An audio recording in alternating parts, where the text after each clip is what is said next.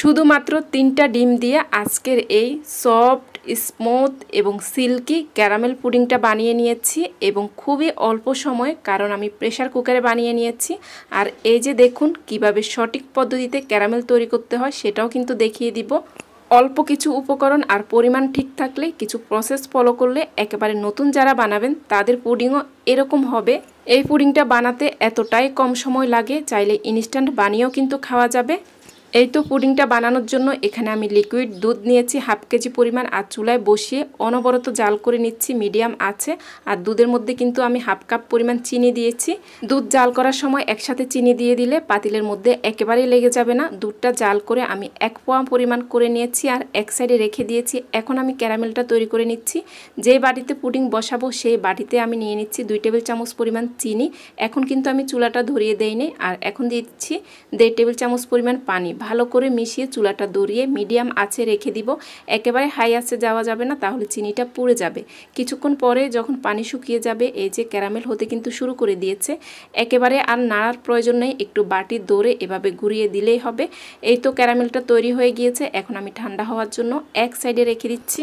পুডিংটা তৈরি করার জন্য দুধটা অবশ্যই একেবারে ঠান্ডা করে নিতে হবে। 1 পোয়া করে নিয়েছি, তবে একটু কম বেশি হলে কোনো সমস্যা নেই। আমি ব্লেন্ডারের জুস জারে নিয়েছি। এখানে যে ব্লেন্ডারে করতে হবে এমন কোনো কথা না, আপনারা চাইলে একটা বাটিতে হ্যান্ড উইক্স অথবা কাঁটা চামচ দিয়ে মিশিয়ে নিতে পারেন।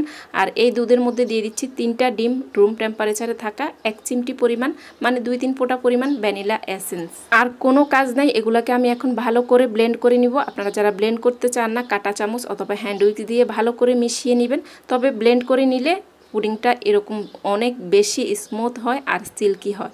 এখন আমি ক্যারামেল তৈরি করা সেই বাটিতে একটা ছাঁকনি দিয়ে ছেঁকে পুডিংগুলো নিয়েছি, মানে দুধের মিশ্রণটা নিয়ে ঢাকনা লাগিয়ে দিয়েছি।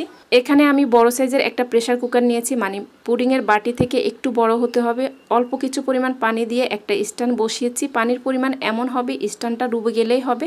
তার মধ্যে পুডিংয়ের বাটিটা বসিয়ে উপরে একটু চাপ দিতে হবে, না হলে পানি ফুটে ওঠার সাথে সাথে বাটিটা নড়ে যেতে পারে। এই যে আমি নষ্ট একটা তালা দিয়েছি। আমি সবসময় পুডিং বানানোর সময় এটা ব্যবহার করি। আপনারা যে কোনো ভারী কিছু দিলেই দিয়ে দিতে পারেন। আর এই তো এখন ঢাকনাটা লাগিয়ে চুলায় বসিয়ে দিব। চুলায় বসিয়ে দিয়ে যখন একটু শীষ ওঠা শুরু করবে তখনই আমি চুলাটা বন্ধ করে দিব। আর আপনারা যারা নর্মাল প্রেসার কুকার ব্যবহার করবেন, একটা শীষ উঠলে বন্ধ করে দিবেন। আমার এই প্রেসার কুকারে 1টা-2টা ওভাবে শীষ উঠে না। যখন শুরু হয়েছে তখনই আমি বন্ধ করে দিয়ে ভাপ যাওয়া পর্যন্ত অপেক্ষা করে নিয়েছি। এখন খুব সাবধানে বাটিটা তুলে নিচ্ছি। আর এখনও কিন্তু পুডিংটা হালকা গরম আছে, আর দেখাচ্ছি কেমন হয়েছে। এ পর্যায়ে আমি নর্মাল ফ্রিজে রেখে দিব কয়েক ঘন্টার জন্য, তাহলে পুডিংটা আরও সেট হয়ে যাবে। এরপরে ফ্রিজ থেকে বের করে আপনাদেরকে মোল্ড আউট করে দেখাচ্ছি। প্রথমে চুরি দিয়ে চারপাশ থেকে একটু ছাড়িয়ে নিয়েছি। আর এখন দেখুন পুডিংটা কতটা সুন্দর হয়েছে। দেখে মনে হচ্ছে যেন এটা পুডিং না, একটা গ্লাসের মতো। মানে ক্যারামেলটা এতটাই সিল্কি হয়েছে, গ্লাসের মতো হয়েছে। আর কাটার সাথে সাথে তো বোঝা যাচ্ছে কতটা সফট হয়েছে। প্রেসার কুকারে জটপট কিভাবে পুডিং বানানো যায় অনেক আপুরের রিকোয়েস্ট ছিল, তাই দেখিয়ে দিয়েছি। আজকের পুডিং রেসিপিটা কেমন লেগেছে একটা কমেন্ট করে কিন্তু জানাতে ভুলবেন না। আজকে এ পর্যন্তই। আল্লাহ হাফেজ, আসসালামু আলাইকুম।